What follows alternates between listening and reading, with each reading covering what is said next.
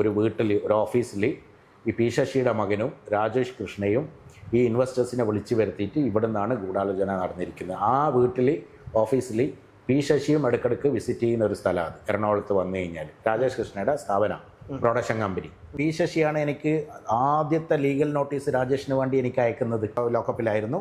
പിന്നെ അവിടുന്ന് എന്നെ ഇറക്കി നേരെ അവർ എൻട്രൻസിൻ്റെ അവിടെ കൊണ്ടുവന്നിട്ട് അപ്പോൾ ലൈവിൽ ഇങ്ങനെ മീഡിയാസ് എല്ലാം നിൽക്കുക, എല്ലാ ക്യാമറയും.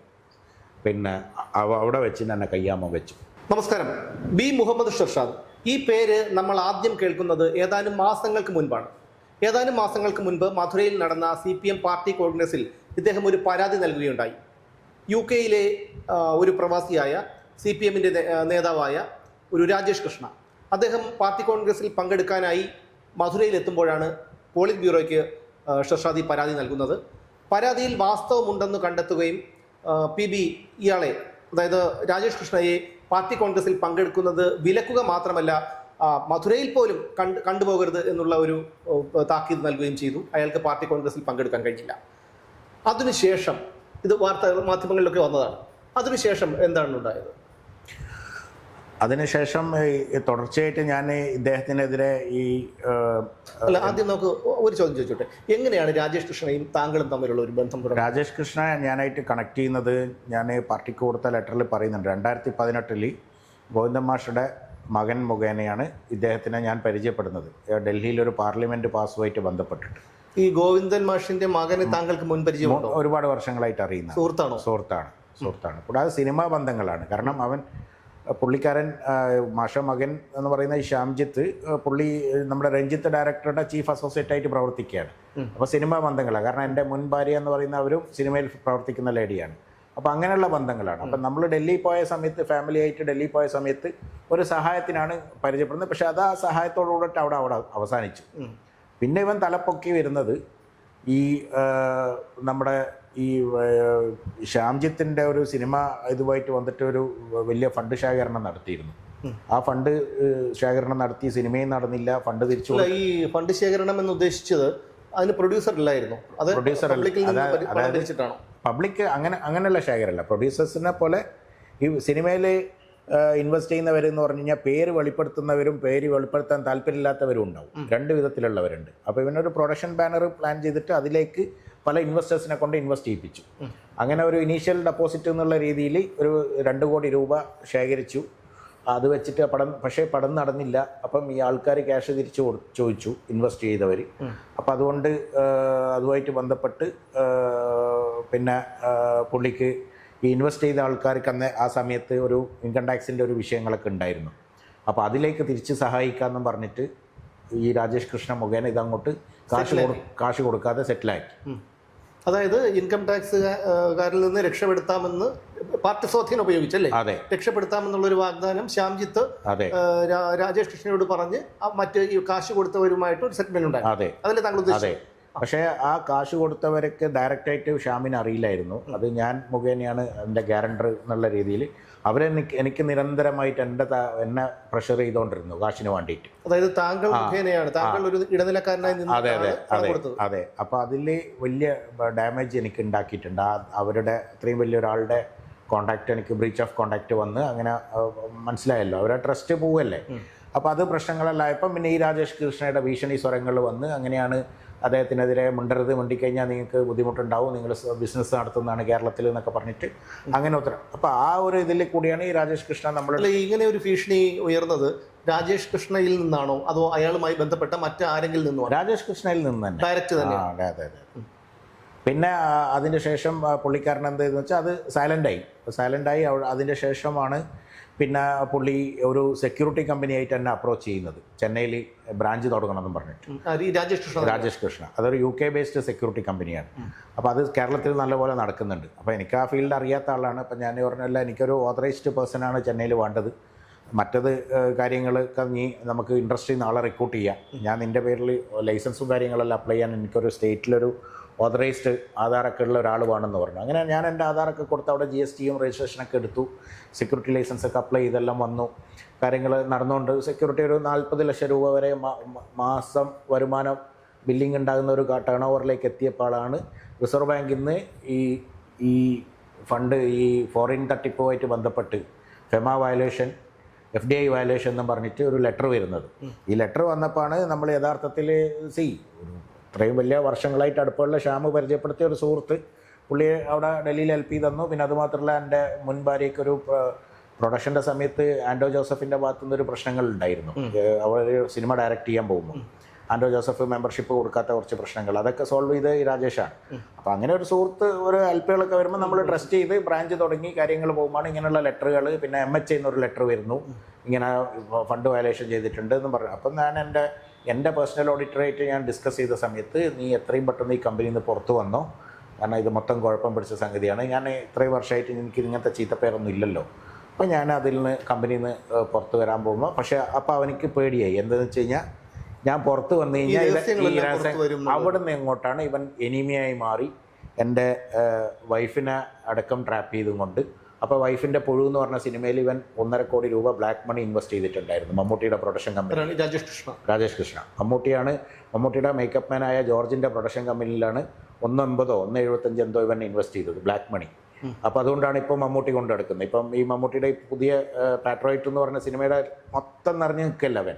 കാരണം എന്താ വെച്ചാൽ മമ്മൂട്ടിക്ക് ഇവനെ ജീവിതകാലം കൊണ്ടു നടക്കണം. അല്ല അദ്ദേഹത്തിന് ഇവൻ്റെ സ്വഭാവം എന്താ വെച്ചാൽ ഭീഷണി. ഒരാൾ എന്തെങ്കിലും ഒരു അബദ്ധം ഇവൻ്റെ അടുത്ത് ചെയ്തു പോയിട്ടുണ്ട്, അദ്ദേഹം പെട്ട്. അങ്ങനെ പെട്ട ആളാണ് ഈ P ശശിയും മറ്റേ നമ്മുടെ തോമസ് ഐസക് സാറും പിന്നെ നമ്മുടെ ശ്രീരാമകൃഷ്ണനും ഇവരൊക്കെ. അല്ല, എന്തുകൊണ്ടാണ് താങ്കൾ വ്യക്തമായിട്ടുള്ളൊരു ധാരണയോട് കൂടി തന്നെയാണോ ഇങ്ങനെ ഒരു ആരോപണം ഉന്നയിക്കുന്നത്? അതായത് രാജേഷ് കൃഷ്ണയുടെ ഭീഷണിയിൽ P ശശിയും ശ്രീരാമകൃഷ്ണനും തോമസ് ഐസക്കും പെട്ടുപോയിട്ടുണ്ട് എന്ന് പറയുന്നത് എന്തെങ്കിലും ഒരു ബോധ്യത്തിന്റെ അടിസ്ഥാനത്തിൽ? രണ്ട് കാര്യം പറയാം. P ശശിയാണ് എനിക്ക് ആദ്യത്തെ ലീഗൽ നോട്ടീസ് രാജേഷിന് വേണ്ടി എനിക്ക് അയക്കുന്നത്. അദ്ദേഹം അന്ന് അഡ്വക്കേറ്റ് ആയിരുന്നു. ആ കോടതി ഹിസ്റ്ററി ഇപ്പം ഇതിനകത്തുണ്ട്.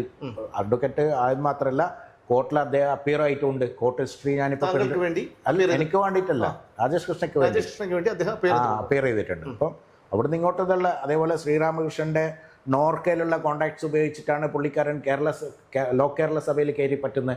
2016 വരെ ഇദ്ദേഹം ആരുമല്ല.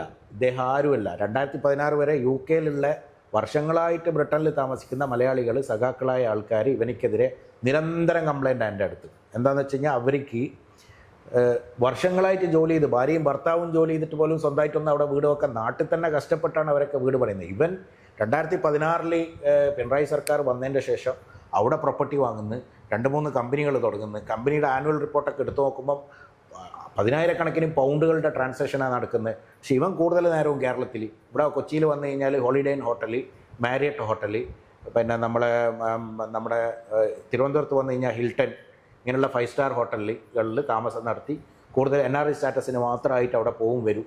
അപ്പോൾ എവിടെ നിന്നാണ് ഈ കാശുകളൊക്കെ വരുന്നത്?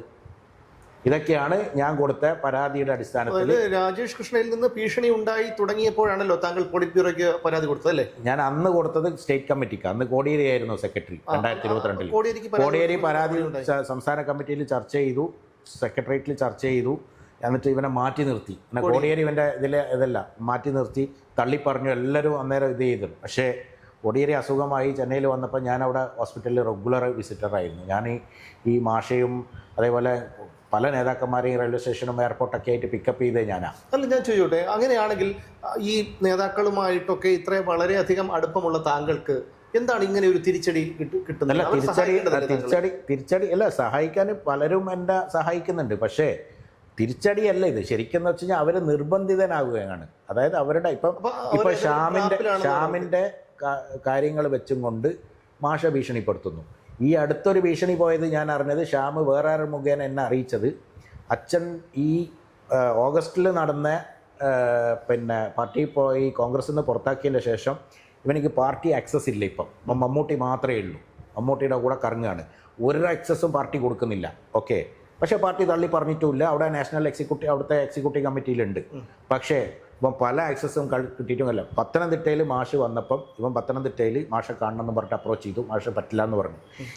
ഈ ഒരു പാർട്ടി സമ്മേളനത്തിന് ശേഷം പുറത്താക്കിയതിൻ്റെ ശേഷം പാർട്ടി കോൺഗ്രസ് മാഷ് പാർട്ടി പരിപാടി കഴിഞ്ഞ് പുറത്തേക്ക് ഇറങ്ങുമ്പം ഇവൻ ഫോഴ്സ് ചെയ്ത് ആക്സസ് ചെയ്യാൻ നോക്കിയപ്പോൾ ഗവൺമെൻറ് തടഞ്ഞു. അതൊക്കെ ഉണ്ട് വാർത്ത. അതായത് MV ഗോവിന്ദൻ മാഷ് ഒരിക്കലും ഇയാളുമായിട്ട് ഒരു ഇല്ല. ഇപ്പം ലേറ്റസ്റ്റ് ആയിട്ട് ഭീഷണി കൊടുത്തിരിക്കുന്നത് ഷാമിനെ വിളിച്ച് പറഞ്ഞിരിക്കുന്നത് അച്ഛനെ എന്നെ കാണാനുള്ള എനിക്ക് എൻ്റെ ഭാഗം കേൾക്കാൻ പാർട്ടി തയ്യാറായില്ലെങ്കിൽ, സെക്രട്ടറി തയ്യാറായില്ലെങ്കിൽ അസംബ്ലി ഇലക്ഷൻ്റെ സമയത്ത് പാർട്ടിക്ക് വേറെ സെക്രട്ടറി വരും. അപ്പോൾ അത്രമാത്രം അത്രയ്ക്കൊരു ഉറപ്പിച്ച അയാൾക്ക് പറയാൻ എന്തായിരിക്കും ഈ മകനായിട്ടുള്ള പല ഡീലുകൾ, അതായത് അത് പുറത്ത് വിട്ട് കഴിഞ്ഞാൽ എന്താ സംഭവിച്ചത്? കോടിയേരി സെക്രട്ടറി ആയിട്ട് നിൽക്കുന്ന സമയത്ത് മകൻ്റെ പ്രശ്നങ്ങൾ വന്നപ്പം നമ്മളെ ഇപ്പോഴത്തെ പോളിറ്റ് ബ്യൂറോ മെമ്പർ ഇല്ലേ, പുള്ളി താൽക്കാലിക സെക്രട്ടറി വന്നു. അതുപോലെ മാറി സ്വാഭാവികല്ലേ, ഒരു ആരോപണം വരുമ്പോൾ മാറി നിൽക്കണ്ടേ? ശരി, അതിനുശേഷം നിങ്ങൾ അവിടെ പരാതി കൊടുത്തു. പാർട്ടി കോൺഗ്രസ് അല്ല, പിന്നെ നടന്നത് എന്താണെന്ന് വെച്ച് കഴിഞ്ഞാൽ കോടിയേരിൻ്റെ കാലശേഷം മാഷ് ഇതിൽ ഇന്നസെൻ്റ് ആയിട്ട് ഒന്നും എടുക്കാൻ പറ്റാത്തൊരു ബുദ്ധിമുട്ടിൽ നിൽക്കുകയാണ് മകൻ്റെ പ്രശ്നത്തിൽ. അങ്ങനെ നിൽക്കുന്ന സമയത്ത് ഇവനിങ്ങനെ ആക്സസ് ആയി വീണ്ടും പഴയ ആ ഒരു ശക്തി പ്രാപിച്ച് വരുമ്പോൾ ഈ അശോക് ദവാള എന്ന് പറഞ്ഞ സഖാവാണ് പിന്നെ അവിടുത്തെ UK ബ്രിട്ടീഷ് കമ്പനിയുടെ ബ്രിട്ടീഷ് ഇന്ത്യൻ കമ്മ്യൂണിസ്റ്റ് പാർട്ടിയുടെ ബ്രിട്ടീഷ് ഘടകത്തിൻ്റെ സമ്മേളനത്തിൽ പോളിറ്റ് ബ്യൂറോ പ്രതിനിധിയായിട്ട് പോയത് അശോക് ദവാളയാണ്.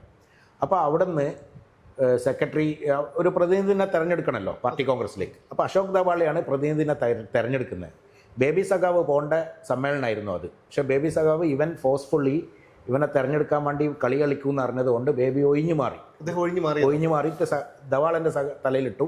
അയാൾ മഹാരാഷ്ട്രീയനാണ്. അയാൾക്ക് ഇവൻ ആരാ എന്താണെന്നൊന്നും അറിയില്ല. പോയി തിരഞ്ഞെടുത്ത് ബ്രിട്ടൻ അവിടെയുള്ള പാർട്ടി ഘടകങ്ങളിൽ ഭയങ്കര ചർച്ചാ വിഷയമായി.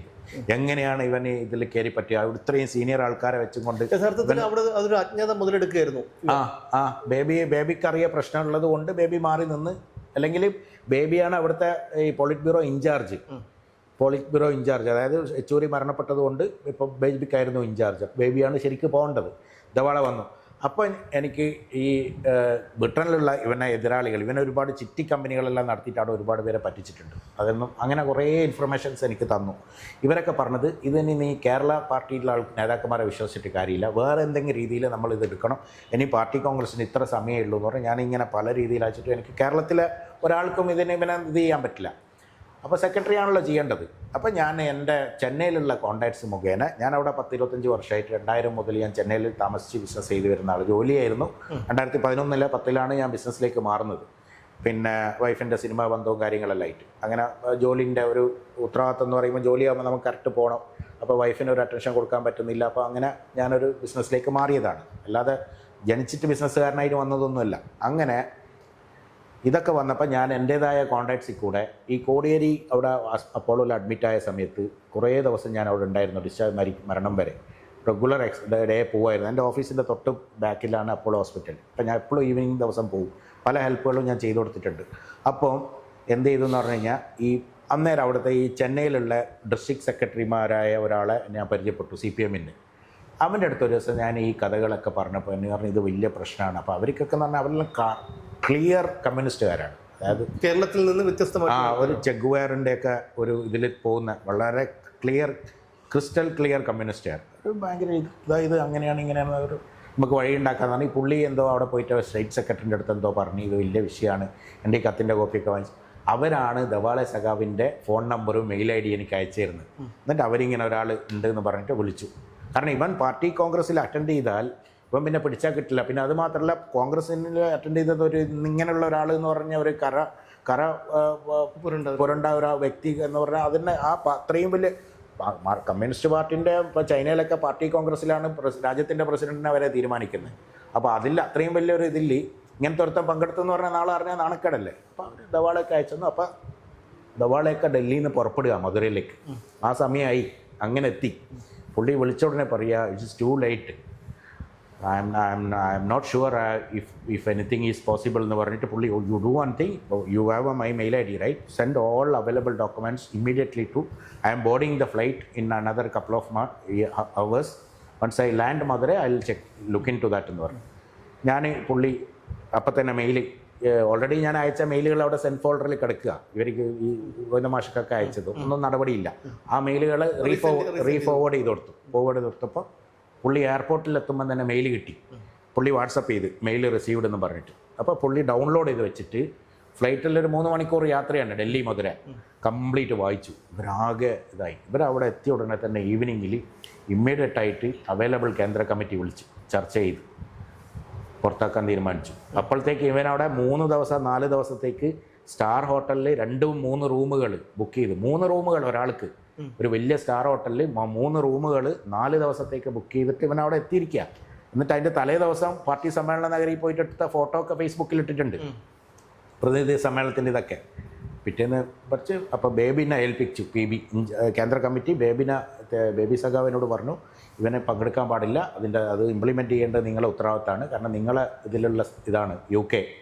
അവൻ മാത്രമല്ല അവൻ മധുരയിലേ ഉണ്ടാവാൻ പാടില്ല. കാരണം എന്ന് വെച്ച് കഴിഞ്ഞാൽ ഇവൻ ഇനിയിപ്പോൾ പുറത്താക്കി എന്ന് പറഞ്ഞാൽ അവിടെ വന്നിട്ട് മീഡിയ എന്തെങ്കിലും കൊടുക്കുമെന്നുള്ളത്. അപ്പം മധുരയിലേ കാണാൻ പാടില്ല പറഞ്ഞു, വിട്ടോളാൻ പറഞ്ഞു.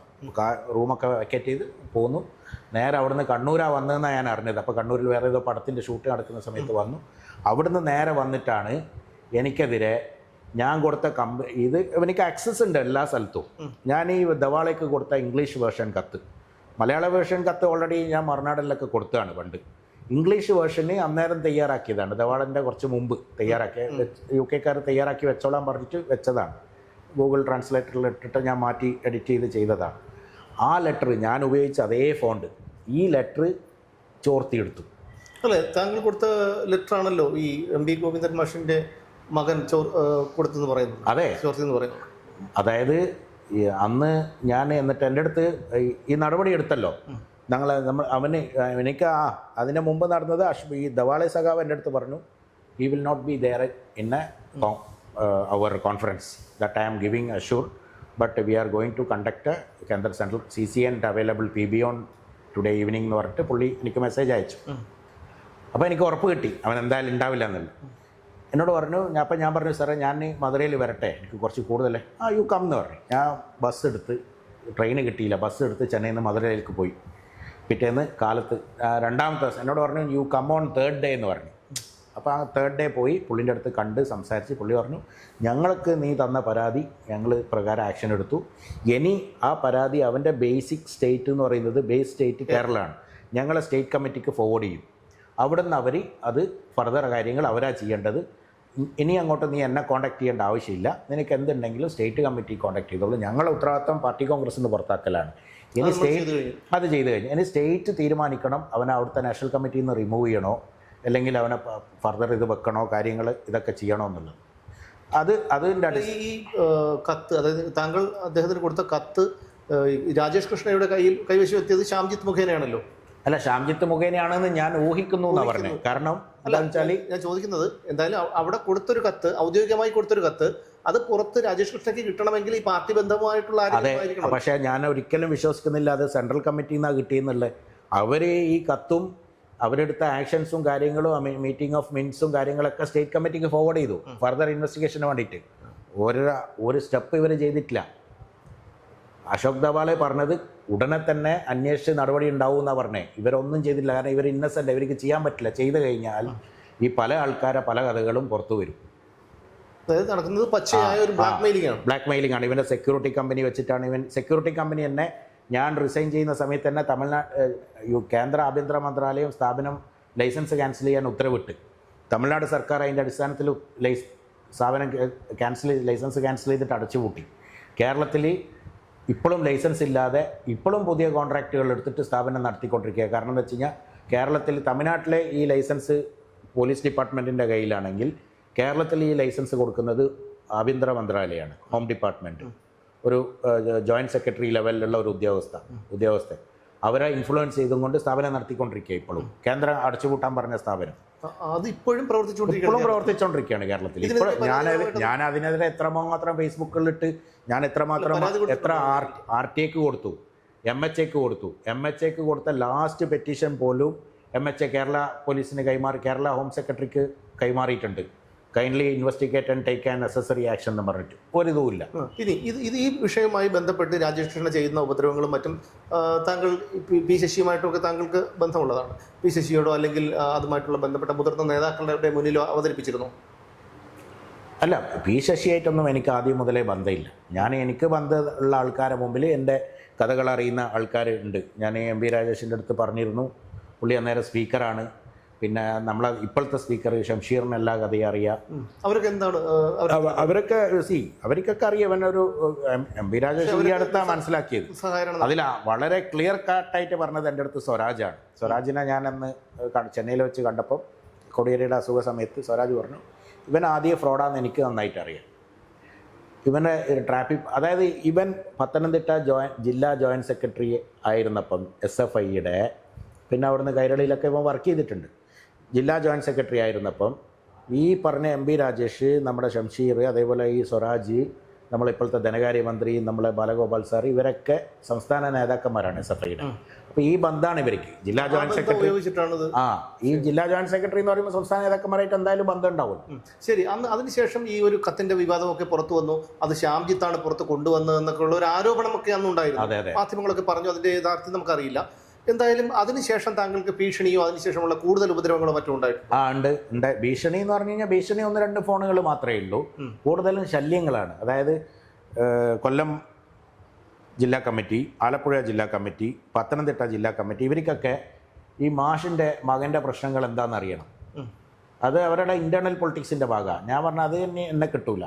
അത് എന്നെ ഒരാൾ ഈപ്പിൻ്റെ പ്രതിനിധിയാണെന്ന് പറഞ്ഞിട്ട് ഒരാൾ വിളിച്ചിനി, നിങ്ങളതൊക്കെ എനിക്ക് കൊണ്ട ഞാനെല്ലാം സോൾവ് ചെയ്ത് തരാം. അത് ഈ അടുത്ത് ആ മീഡിയയിൽ വന്നിട്ടുണ്ട്. അത് ആ വോയിസ് റെക്കോർഡ് ഞാൻ സോൾവ് ചെയ്ത് തരാം. അപ്പോൾ ഇത് വെച്ചും കൊണ്ട് 22-ാം തീയതി സെപ്റ്റംബർ 22 ഞാൻ CM-ന് വീണ്ടും ഒരു കംപ്ലയിൻറ്റ് കൊടുത്തു. അന്നത്തെ in continuation with party Congress ഇങ്ങനെയാണെന്ന് വെച്ചിട്ട് ഒരു 3 പേജുള്ള കംപ്ലയിൻറ്റ്. ഈ കംപ്ലയിൻറ്റ് 22-ന് കൊടുത്ത് ശേഷമാണ് ഒക്ടോബർ 15 എൻ്റെ FIR രജിസ്റ്റർ ചെയ്യുന്നത്. FIR രജിസ്റ്റർ ചെയ്തിട്ട് 15 ദിവസം CM-ന് പരാതി കൊടുത്തതിൻ്റെ മൂന്നാമത്തെ ദിവസമല്ല, CM-ന് പരാതി കൊടുക്കുന്നത് സെപ്റ്റംബർ 22-ന്. ഒക്ടോബർ 15-നാണ് FIR ഇടുന്നത്. ഒക്ടോബർ 15 ആ CM-ന് കൊടുത്ത പരാതിയിൽ പി ശശിയായിട്ട് ഇവനായിട്ടുള്ള ബന്ധം, ഇവൻ്റെ കമ്പനികളുടെ റെക്കോർഡ്സ്, ഇത്ര കോടികളുടെ ഇത്ര ആയിരക്കണക്കിന് പൗണ്ടുകളുടെ ട്രാൻസാക്ഷൻ, ഇതെല്ലാം മെൻഷൻ ചെയ്തിരുന്നു. ഇതെല്ലാം താങ്കൾ മെൻഷൻ ചെയ്ത് കൊടുത്ത് ഒരു റിപ്ലൈ പോലും പരാതിക്കില്ല. പക്ഷേ വന്നതോ എൻ്റെ കഥകിന് ഒക്ടോബർ 31-ന് കേരള പോലീസ് വരുന്നു. ഇനി നമുക്ക് അവിടെ നിന്ന് തുടങ്ങാം. അതായത് നമ്മുടെ ആദ്യത്തെ ഭാഗം ഇപ്പൊ ക്ലിയർ ആയി കഴിഞ്ഞു. ശരി. രണ്ടാമത് ഈ താങ്കളുടെ അറസ്റ്റ് ഉണ്ടായ ഒരു ദിവസം ഉണ്ടായി. എന്താണ് അതിൽ സംഭവിച്ചത്? അന്ന് സ്വാഭാവികമായിട്ടും സാധാരണ ഒരു ദിവസം പോലെ തന്നെ ഞാൻ മോർണിംഗ് എണീറ്റ് ഇരിക്കുകയായിരുന്നു. അപ്പോൾ എൻ്റെ ബ്രേക്ക്ഫാസ്റ്റ് ഒക്കെ റെഡി, കഴിക്കാനുള്ള പരിപാടി നിൽക്കുകയാണ്. 8:50-ന് ഞാൻ ഓഫീസിലേക്ക് ഇറങ്ങുമ്പോൾ ഒരു 10-10:30 ആവും. ചെന്നൈയിലാണ് ഞാൻ. അപ്പോൾ സാധാരണ ഒരു ട്രാഫിക്കൊക്കെ കഴിഞ്ഞിട്ടാണ് ഞാൻ ഓഫീസിലോട്ട് പോവുക, ആ മോർണിംഗ് ട്രാഫിക്കിൻ്റെ ഒരു ഇത് കഴിഞ്ഞിട്ട്. അപ്പോൾ ഒരു 8:50-ന് കോളിംഗ് ബെല്ല്. അപ്പോൾ ഞാൻ നോക്കുമ്പോൾ ഒരു 4 ആൾക്കാർ പുറത്ത് നമ്മുടെ ഇതുണ്ടാവുമല്ലോ ശരിക്കും അതൊന്നുമില്ല. ഞാൻ ഓപ്പൺ ചെയ്ത് വരാമെന്ന് വിചാരിച്ചു. അപ്പോൾ ഉടനെ തന്നെ ഇവർ we are from Kerala police, you are under custody. അപ്പോൾ ഞാൻ വിചാരിച്ചു ഓൾറെഡി എൻ്റെ വൈഫിൻ്റെ ഒരുപാട് പ്രശ്നങ്ങൾ ഇപ്പോൾ കഴിഞ്ഞ ഇതിലൊക്കെ നിങ്ങൾ കണ്ടിരുന്നു, അവരെന്തോ കൊടുത്ത കേസായിരിക്കാം എന്നുള്ളൊരു നോ ഇത് you are cheated, you have FIR അങ്ങനെ എന്ത് സാറേ, ഞാൻ നിങ്ങൾ വിളിച്ചിട്ടുണ്ടെങ്കിൽ ഞാൻ വരുമായിരുന്നല്ലോ. ഞാനിപ്പം മരട് പോലീസ് സ്റ്റേഷനിൽ എനിക്ക് കേസുണ്ട്, ഞാൻ വന്നിട്ടുണ്ടായിരുന്നല്ലോ വിളിച്ചപ്പോൾ. ഹിൽ പാലസ് എന്ന് വിളിച്ചിരുന്നു. അവർ കൊച്ചിയിൽ വരുമ്പം വന്നാൽ മതി. ഇതെല്ലാം വൈഫായിട്ട് റിലേറ്റഡ്. അവർക്ക് ഇങ്ങനെ എനിക്കെതിരെ കേസിടല്ല. കാരണം അവർ ചെയ്ത തെറ്റുകൾ മറക്കാൻ വേണ്ടി എന്നെ കുറ്റക്കാരനാക്കി അത് ഏറ്റുപിടിക്കാൻ കുറച്ച് ആൾക്കാരുണ്ട്, ഈ C. ഷുക്കൂർ അതേപോലത്തെ കുറച്ച് ആൾക്കാർ. അപ്പോൾ അവരെ ഒക്കെ ഇത് ചെയ്യാൻ വേണ്ടിയിട്ട് നമ്മൾ പിന്നെ കൊടുത്ത കേസാണെന്നുള്ളത്. പക്ഷെ അതല്ല, ഇതിങ്ങനെയാണ്. എന്താ പറഞ്ഞത്? അല്ല, അവരൊക്കെ ഇങ്ങനെ ഇത് കാര്യങ്ങളൊക്കെ പറയാം. അതിപ്പോൾ പറയാൻ പറ്റില്ല. ഞാൻ താഴെ ഇറങ്ങി നോക്കുമ്പം എൻ്റെ 2 ഇൻവെസ്റ്റേഴ്സ് താഴെ നിൽക്കുക, കാറും കൊണ്ട്. ഒരു brand new black SUV Mahindra പിന്നെ താഴെ നിൽക്കുകയാണ്. ഇതിൽ കയറ്റി. അപ്പം ഞാൻ പറഞ്ഞു, എനിക്ക് പരാതിക്കാരൻ്റെ വാഹനത്തിലാണോ താങ്കളെ? അതെ. അപ്പോൾ അതിൽ രസം കേൾക്കും. എന്താണെന്ന് വെച്ചാൽ എൻ്റെ അറസ്റ്റ് ചെയ്തിട്ട് ഇവർ പോകുന്നത് മുഖപ്പേർ എന്ന് പറഞ്ഞൊരു സ്ഥലത്താണ്. ഈ മുഖപ്പേറിലെ ഒരു വീട്ടിൽ പോയിട്ട് ഇവർ ഫ്രഷായി. അപ്പം ഞാൻ വണ്ടീൻ്റെ അകത്ത് ഇരിക്കുകയാണ്. താങ്കൾ പോകാതിരിക്കാൻ വേണ്ടി വണ്ടിക്കകത്ത് വേറെ ഒരാളുണ്ടായിരുന്നു. അപ്പോൾ വണ്ടീൻ്റെ അകത്ത് ഇരിക്കുമ്പോൾ ഈ മുഖപ്പേറിലേക്ക് പോകുമ്പോൾ എൻ്റെ കമ്പനിയുടെ 2ാമത്തെ ഡയറക്ടറെ വീടും ക്രോസ് ചെയ്താണ് പോകുന്നത്. അപ്പോൾ അയാൾ അക്യൂസ്ഡ് ആണെന്ന് ഇവരെ പോകുന്ന വഴിയിൽ പറഞ്ഞു. ഞാൻ പറഞ്ഞു അയാളുടെ വീട് എവിടെയാണെന്ന് പറഞ്ഞു. അയാളെ ഞങ്ങൾക്ക് ആവശ്യമില്ല, എനിക്ക് ഇന്നേ ആവശ്യം. അപ്പം ഞാൻ പറഞ്ഞു, ഞാൻ പേഴ്സണലായിട്ട് വാങ്ങിയ കാശാണെങ്കിലല്ല നിങ്ങൾ എന്നെ മാത്രം പിടിക്കണ്ടേ. ഇത് കമ്പനിയിൽ എന്നെ കൂടാതെ ഡയറക്ടേഴ്സ് ഉണ്ട്, ഷെയർ ഹോൾഡേഴ്സ് ഉണ്ട്. എന്തുകൊണ്ട് അതൊന്നുമില്ല, അതൊക്കെ നിങ്ങൾക്ക് അവിടെ എത്തുമ്പോൾ മനസ്സിലായിക്കോളൂ എന്ന് പറഞ്ഞു. പിന്നെ ഇങ്ങെത്തുന്നത് വരെ ഇവർ ഈ അറസ്റ്റ് ബൈ റോഡ് 15 മണിക്കൂർ എടുത്തു. അവിടുന്ന് അവർ ഫ്രഷായി വിട്ടു. രാത്രി 2 മണിക്ക് എറണാകുളം സൗത്തിലെത്തുമ്പോൾ മീഡിയകൾ ഇങ്ങനെ നിറഞ്ഞു നിൽക്കുന്നു. മിഡ് നൈറ്റ് 2 മണിക്ക് ലോക്കപ്പിലിടുന്നു. എന്നിട്ട് ഇതേപോലത്തെ ഒരു കാർട്ടൻ വിൻഡോ കട്ടൺ പൊക്കി കൊടുക്കുന്നു. കാരണം എന്ന് വെച്ചാൽ ലോക്കപ്പ് നേരെ ഇങ്ങനെയാണ്. അപ്പോൾ അവർക്ക് അതുവഴിയാണ് വഴി. അവിടെ വെച്ചിട്ട് അവർ എടുത്തു. പക്ഷേ ലോക്കപ്പിലാക്കിയത് മീഡിയക്ക് കാണാൻ വേണ്ടി അവർ ഈ കട്ടൺ പൊക്കി കൊടുത്തിട്ട് അവർ ക്യാമറ ഫോക്കസ് ചെയ്യാം, വിൻഡോ ലോക്കപ്പിലേക്ക് ഫോക്കസ് ചെയ്തിട്ട് എന്നെ എടുത്തു. പിന്നെ അടുത്ത ദിവസം 12:30 മണിക്കാണ് എന്നെ ലോക്കപ്പിൽ നിന്ന് ഇറക്കുന്നത് ഉച്ചക്ക്. കോടതിയിൽ ഒന്നും ഉണ്ടായിരുന്നില്ല, ലോക്കപ്പിലായിരുന്നു. പിന്നെ അവിടുന്ന് എന്നെ ഇറക്കി നേരെ അവർ എൻട്രൻസിൻ്റെ അവിടെ കൊണ്ടുവന്നിട്ട്, അപ്പോൾ ലൈവിൽ ഇങ്ങനെ മീഡിയാസ് എല്ലാം നിൽക്കുക, എല്ലാ ക്യാമറയും.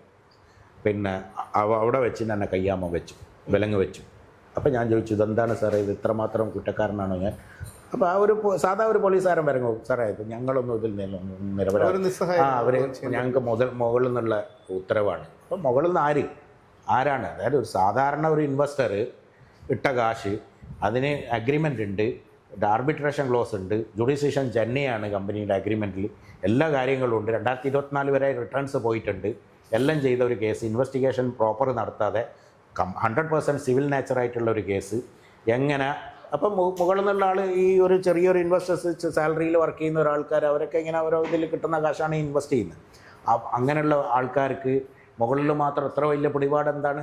അല്ല. പിന്നെ ഇപ്പം ഇന്നലെ ഞങ്ങൾ ഡി ജി പിനെ കണ്ടിട്ട് പുറത്ത് പരാതി DGP കേട്ടു, കംപ്ലീറ്റ് കേട്ടു. അദ്ദേഹം ഒരു 7-8 മിനിറ്റ് എടുത്ത് കേട്ടു, എഴുതി കൊടുക്കാൻ പറഞ്ഞു, പരാതി കൊടുത്തു. അത് ഇറങ്ങുന്ന സമയത്താണ് എനിക്കൊരു ഫോൺ കോള് ഒരാൾ വിളിച്ചിട്ട് പറയുന്നത്, പനമ്പള്ളി നഗറിൽ ഒരു വീട്ടിൽ, ഒരു ഓഫീസിൽ ഈ പി ശശിയുടെ മകനും രാജേഷ് കൃഷ്ണയും ഈ ഇൻവെസ്റ്റേഴ്സിനെ വിളിച്ചു വരുത്തിയിട്ട് ഇവിടെ നിന്നാണ് ഗൂഢാലോചന നടന്നിരിക്കുന്നത്. ആ വീട്ടിൽ, ഓഫീസിൽ പി ശശിയും ഇടയ്ക്കിടയ്ക്ക് വിസിറ്റ് ചെയ്യുന്ന ഒരു സ്ഥലമാണ് എറണാകുളത്ത് വന്നു കഴിഞ്ഞാൽ. രാജേഷ് കൃഷ്ണയുടെ സ്ഥാപനം, പ്രൊഡക്ഷൻ കമ്പനി. അതായത് ഇപ്പൊ കാര്യങ്ങൾ ഏകദേശം വ്യക്തമായല്ലോ. അതെ. അതെ. ഇനിയിപ്പം നമ്മൾ ഇപ്പം ഇന്ന് താങ്കൾ കോടതിയിൽ ഹാജരാക്കിയതിന് ശേഷം കോടതിയിൽ എന്നെ ബെയിൽ ചെയ്തു. എന്നെ കോടതിയിൽ പോകുന്ന വഴിയിൽ പിന്നെ GH കൊണ്ടുപോയി മെഡിക്കൽ ടെസ്റ്റ്. ഇപ്പോൾ ഡോക്ടർ ചോദിച്ചു, അല്ല ഇതിപ്പോൾ ഞാൻ ഇങ്ങനെയാണ് മെഡിക്കൽ എടുക്കുക, സോറി എന്ന് പറഞ്ഞിട്ട്, അപ്പോൾ ഇതൊന്ന് അയച്ചിട്ട് ഇതിലിട്ടു, ഒരു കൈയിലേക്ക് മാത്രം ഇട്ട്, അപ്പോൾ ഫ്രീ ആയി. അപ്പോൾ എനിക്ക് അന്നേരം രക്തസമ്മർദ്ദം കൂടുതലായി, BP കൂടി. കാരണം ഈ മീഡിയകളെല്ലാം വളഞ്ഞ് ഇങ്ങനെ ആകെ ടെൻഷനായി. നോർമലി എനിക്ക് BP ഒന്നും ഇല്ല. ഡോക്ടർ പറഞ്ഞു BP കൂടുതലാണ്, കുറച്ച് ഇതിൽ വെക്കണമെന്ന് പറഞ്ഞു, ഒബ്സർവേഷൻ വേണമെന്ന് പറഞ്ഞു. ഒബ്സർവേഷനിൽ ഇരിക്കുന്ന സമയത്ത് വീണ്ടും BP കുറയുന്നില്ല. അപ്പോൾ എൻ്റെ അടുത്ത് എന്തെങ്കിലും തരിപ്പുണ്ടോയെന്ന് ചോദിച്ചു. അപ്പോൾ അന്നേരം ഇടത് കാലിന് ചെറിയൊരു തരിപ്പ്, സാധാരണ അങ്ങനെയൊന്നും വരാത്ത, എന്താണെന്നറിയില്ല. അങ്ങനെ അപ്പോൾ ഡോക്ടർ പറഞ്ഞു CT സ്കാൻ ചെയ്യണം, അല്ലാതെ റിസ്ക് എടുക്കാൻ തയ്യാറല്ല, ബുദ്ധിമുട്ടാന്ന് പറഞ്ഞു. പോലീസുകാർ ചെയ്തോളാൻ പറഞ്ഞു. അങ്ങനെ CT സ്കാനിൻ്റെ റൂമിൽ കൊണ്ടുപോയപ്പോൾ ആ ഡോക്ടർ പറയുന്നു, CTയിൽ ഇത് വരും, ഇത് അയക്കണം. അപ്പോൾ ആ പോലീസുകാരൻ അയക്കാൻ തയ്യാറല്ല. അത് സാറേ ഞങ്ങൾക്ക് അയക്കാൻ പെർമിഷൻ ഇല്ല. അപ്പോൾ അവർ അതേ വെച്ചിട്ട് തന്നെ ആ CTയിൽ ഇതുണ്ട്, ആ സ്കാൻ ഇപ്പോൾ ജയിലിലുണ്ട്, അത് അവിടുന്ന് ക്ലെയിം ചെയ്ത് വാങ്ങണം. CT സ്കാനിൻ്റെ എക്സ്റേസ് ഉണ്ടല്ലോ, ഫിലിം, അതിൽ വിലങ്ങുണ്ട്, വിലങ്ങ് ഉൾപ്പെടെ. എന്നിട്ട് വീണ്ടും അവിടുന്ന് പിന്നെ കോടതി കൊണ്ടുവന്ന് ഇത് വെച്ചിട്ട്, പക്ഷേ മജിസ്ട്രേറ്റിൻ്റെ റൂമിലേക്ക് കയറ്റുന്ന സമയത്ത് ഇവർ ഇത് അയച്ചു. അവിടെയാണ് നോക്കേണ്ടത്, അല്ല എന്തുകൊണ്ടാണ് മജിസ്ട്രേറ്റിൻ്റെ മുമ്പിൽ അങ്ങനെയല്ല ഹാജരാക്കേണ്ടത്. മജിസ്ട്രേറ്റിൻ്റെ മുമ്പിൽ കംപ്ലീറ്റ് അയച്ച് ആ സാധനം തന്നെ പിന്നെ കണ്ടില്ല. വീണ്ടും അവിടെ നിന്ന് ഇറക്കി. അപ്പോൾ മീഡിയകൾ താഴെ നിൽക്കുക. വീണ്ടും എന്നെ റിമാൻഡ് ചെയ്തപ്പോൾ, റിമാൻഡ് തന്നെ എന്താണ്, ആ കോടതി അന്ന് അവധി, എക്കണോമിക് ഒഫൻസ് കോടതിയിലാണ് ഹാജരാക്കേണ്ടത്. ശനിയാഴ്ചയാണ്, വെള്ളിയാഴ്ചയാണ് ഇവർ അറസ്റ്റ് ചെയ്യുന്നത്. ശനിയാഴ്ച കോടതി അവധി. ഇൻചാർജ് മജിസ്ട്രേറ്റിൻ്റെ അടുത്ത് കൊണ്ടുപോയാൽ ഒബ്വിയസ്ലി അവർ റിമാൻഡ് ചെയ്യും. കാരണം അവരല്ലാത്ത കേസിൽ അവർ റിസ്കിന് നിൽക്കില്ല, അവർ കേൾക്കേണ്ട ആവശ്യമില്ല. കുറച്ചൊക്കെ കേട്ടു, പക്ഷെ അവർ പറഞ്ഞു, I am remanding judicial custody for 14 days. You can file application, bail application Monday morning in your respective court എന്ന് പറഞ്ഞിട്ട്, അപ്പോൾ തന്നെ തിങ്കളാഴ്ച രാവിലെ വക്കീൽ ബൈലിട്ടു. അന്ന് തന്നെ അവർ വാദം കേട്ട് ജഡ്ജ്മെൻറ്റിന് ചൊവ്വാഴ്ച വെച്ചു. ചൊവ്വാഴ്ച അൺഎക്സ്പെക്റ്റഡ് ആയിട്ട് മജിസ്ട്രേറ്റ് എന്തോ ഒരു പേഴ്സണൽ ലീവ് പെട്ടെന്ന് 10:30 മണിക്കാണ് റിപ്പോർട്ട് ചെയ്യുന്നത്. പേഴ്സണൽ ലീവ് എന്തോ ഒരു എമർജൻസി ആയതുകൊണ്ട് പോയി. ബുധനാഴ്ച രാവിലെ വന്ന് അവർ ഫസ്റ്റിൽ തന്നെ എൻ്റെ ജഡ്ജ്മെൻറ്റ് പറഞ്ഞു. ഞാൻ ബുധനാഴ്ച ജയിലിൽ നിന്ന് ഇറങ്ങുകയും ചെയ്തു. ഞാൻ ജയിലിൽ എന്നെ ഞാൻ ഉണ്ടായിരുന്ന അഡ്മിഷൻ ബ്ലോക്കിൽ ഒരുപാട് ചീറ്റിംഗ് കേസുകൾ, ചെക്ക് കേസ്, പിന്നെ കുറി, ഇൻവെസ്റ്റ്മെൻറ്റ്, ഷെയർ തട്ടിപ്പ്, എല്ലാം 20-25 ദിവസം, 14 ദിവസം, 18 ദിവസമായിട്ട് കിടക്കുക ആൾക്കാർ, ചെറിയ എമൗണ്ടിന് പോലും. അപ്പോൾ എനിക്കെങ്ങനെ കിട്ടി? ബോധ്യമായതുകൊണ്ടല്ലേ. പക്ഷേ കണ്ടീഷൻ ഉണ്ട്, അതൊക്കെ ഒരു കോടതിക്ക് അങ്ങനെ തരാൻ പറ്റുള്ളൂ. അതിനുശേഷം ഈ ഗോവിന്ദൻ മാഷിൻ്റെ മകനുമായിട്ട് സംസാരിച്ചിട്ടുണ്ടോ ഫോണിലെങ്കിലും? അവൻ എൻ്റെ അടുത്ത് ഡയറക്റ്റ് സംസാരിക്കില്ല കഴിഞ്ഞ 2 വർഷമായിട്ട്. ഒരു ദൂതനുണ്ട്. ഈ കത്ത് വിവാദവുമായിട്ട് ബന്ധപ്പെട്ടപ്പോൾ തന്നെ എന്നെ ചെന്നൈയിൽ കാണാൻ വേണ്ടിയ ദൂതനെ അയക്കുക ചെയ്ത്. ചെന്നൈയിൽ വന്നു അവൻ. എന്നിട്ട് അവരെ ഫോണിലാണ് യഥാർത്ഥത്തിൽ ഈ ഗോവിന്ദൻ മാഷിന്റെ മകനൊക്കെ നിരപരാധി ആണെന്ന് നമുക്ക് പറയാൻ കഴിയുമോ? കാരണം അദ്ദേഹം അത് ഒരു സിനിമ നിർമ്മിക്കാനായി കുറച്ച് പണം ഇൻവെസ്റ്റ് ചെയ്യിപ്പിച്ചു, അത്രയല്ലേ ഉള്ളൂ. അല്ല, അത് മാത്രമല്ല, അതിൽ വേറെ ഈ രാജേഷ് ആയിട്ട് വേറെ എന്തെല്ലോ ഡീലുകളുണ്ട്. ഇവനെന്തോ ഒരു കാറ് വാങ്ങിച്ചു കൊടുത്ത കഥയും അങ്ങനെ എന്തൊക്കെയോ ഉണ്ട്. അതെ, അങ്ങനെ എന്തൊക്കെയോ ഉണ്ട്. Creta, Hyundai Creta. അപ്പോൾ അങ്ങനെ കുറേ കാര്യങ്ങൾ രാജേഷ് ക്ലെയിം ചെയ്യുന്നുണ്ട്. പിന്നെ ഈവൻ കേരള ഇതിൽ ഈ ലണ്ടൻ ടു കേരള എന്ന് പറഞ്ഞിട്ടൊരു കാർ യാത്ര നടത്തി. ഈ കാർ യാത്രയിൽ ഈ നോർക്ക വൈസ് ചെയർമാൻ്റെ ഹെൽപ്പ് കൊണ്ട് ഇവൻ ഈ കടന്നു വന്ന രാജ്യങ്ങളിൽ കൂടെ ഇവനിക്ക് ഡൊണേഷൻ കിട്ടിയെന്ന് പറഞ്ഞിട്ട് ഇവൻ ഒരുപാട് ബ്ലാക്ക് മണി വൈറ്റ് ആക്കിയിട്ടുണ്ട്. അല്ല, ഞാനൊരു സംശയം ചോദിച്ചോട്ടെ. എനിക്ക് ഇപ്പോൾ പെട്ടെന്ന് ഓർമ്മ വന്നതാണ്, ഈ ബൈജു എം നായരും ഒക്കെ കൂടി ചേർന്നൊരു റോഡ് വഴി ഒരു അല്ല, ഇവൻ സോളോ ആണ്. അപ്പോൾ കൂടത്തിലൊന്നും വരാൻ പറ്റില്ല. ഇവൻ്റെ ഈ ലണ്ടൻ യാത്ര തന്നെ തരികിടിയാണ്. അതിൽ പത്രക്കാരൊക്കെ ഇവനെ ഹൈപ്പ് ചെയ്ത് എന്നല്ലാതെ ഇവൻ്റെ ഉദ്ദേശം എന്ന് പറഞ്ഞാൽ ആ വരുന്ന വഴിക്ക് ഇവനിക്ക് ഈ സോസ് ഉണ്ടാക്കണം, ഈ ബ്ലാക്ക് മണിക്ക്. അപ്പോൾ ഈ ഡൊണേഷൻ ഇങ്ങനെ യു കെ ഇത്ര, മറ്റേ ഇറ്റലി, ഏതൊക്കെ രാജ്യങ്ങൾ കടന്നു വന്നോ ആ രാജ്യങ്ങളിൽ നിന്നൊക്കെ ഇത്ര കിട്ടി, ടർക്കിയിൽ നിന്ന് ഇത്ര കിട്ടി, എങ്ങനെ കിട്ടി, ആര് കൊടുക്കാൻ ഇങ്ങനെ ഇവൻ ഇത്രയും വലിയ ആളാണോ? പോകുന്ന രാജ്യത്തൊക്കെ എനിക്ക് ഡൊണേഷൻ. അല്ല, ഇപ്പോൾ താങ്കൾ മറ്റൊരാളുടെ പേര് കൂടി പറഞ്ഞിരുന്നു. എറണാകുളത്ത് ഒരു ഓഫീസിൽ രാജേഷ് കൃഷ്ണയും പി ശശിയുടെ മകനും എന്ന് പറഞ്ഞു. അദ്ദേഹത്തിന്റെ മകനെ കുറിച്ച് ഇതുവരെ ആരും പറഞ്ഞു കേട്ടിട്ടില്ല. അങ്ങനെ ഒരു ബന്ധം അല്ല, അദ്ദേഹത്തിന്റെ മകന് ഈ പി ശശിയും ഇവനും തമ്മിലുള്ള ബന്ധം കുറച്ച് നാൾ മുമ്പേ ഉണ്ട്. പൊളിറ്റിക്കൽ സെക്രട്ടറി ആകുന്ന മുമ്പേ ഉണ്ട്. ഇവൻ്റെ ഒരു സിനിമ ഉണ്ടായിരുന്നു, ഭാവനയൊക്കെ അഭിനയിച്ച ഷർഫുദ്ദീനൊക്കെ ഉള്ള. ആ പടത്തിൻ്റെ കണ്ണൂർ ഏരിയ ഡിസ്ട്രിബ്യൂഷനൊക്കെ ഈ മകനാണ് കൺട്രോൾ ചെയ്തത്, ഈ പി ശശി. അതൊക്കെ ഫേസ്ബുക്കിലുണ്ട്. പിന്നെ പി ശശിൻ്റെ മകൻ ഇതായിട്ടുള്ള നടത്തുന്ന എന്തോ ഒരു ചാരിറ്റബിൾ ട്രസ്റ്റിലേക്ക് ഇവൻ ആ പടത്തിൻ്റെ ഒരു എമൗണ്ട്, ആ സിനിമയുടെ പ്രൊഡക്ഷൻ കമ്പനിയുടെ പേരിൽ ഒരു എമൗണ്ട് ഡൊണേഷൻ കൊടുക്കുന്ന ഫേസ്ബുക്ക് പോസ്റ്റ് ഇവൻ തന്നെ ഇട്ടിട്ടുണ്ട്. അങ്ങനെ ഉള്ള ബന്ധമാണ്.